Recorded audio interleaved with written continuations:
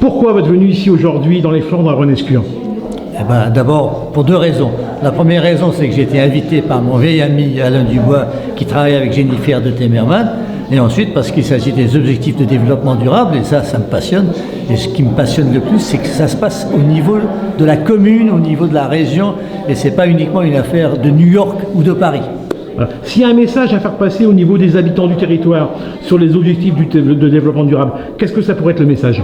Vivre mieux et respecter la nature. Voilà, c'est ça les deux messages principaux.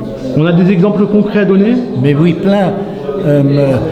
Que ce soit le recyclage des déchets, que ce soit les réseaux de chaleur, que ce soit le biométhane, que ce soit les économies d'énergie, que ce soit l'urbanisme, que ce soit les circuits courts pour l'alimentation biologique ou l'alimentation tout court. Il y en a plein d'exemples, ça bouge beaucoup. Voilà. Qu'est-ce que vous pensez d'une manifestation comme aujourd'hui? Je trouve ça excellent, sympathique.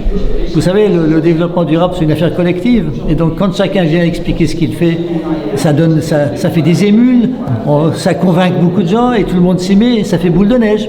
Ouais. C'est ça qu'il faut. Ouais. Et dernière question, votre regard sur la politique aujourd'hui, sur la politique notamment au niveau du développement durable, qu'est-ce que vous pouvez dire? Que ça ne va jamais assez vite, mais quand même, ça commence à frémir.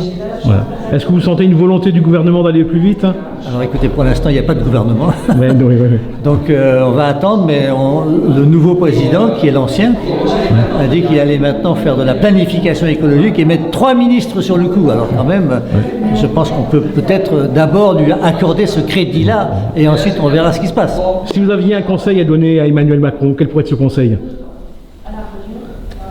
Persévérance.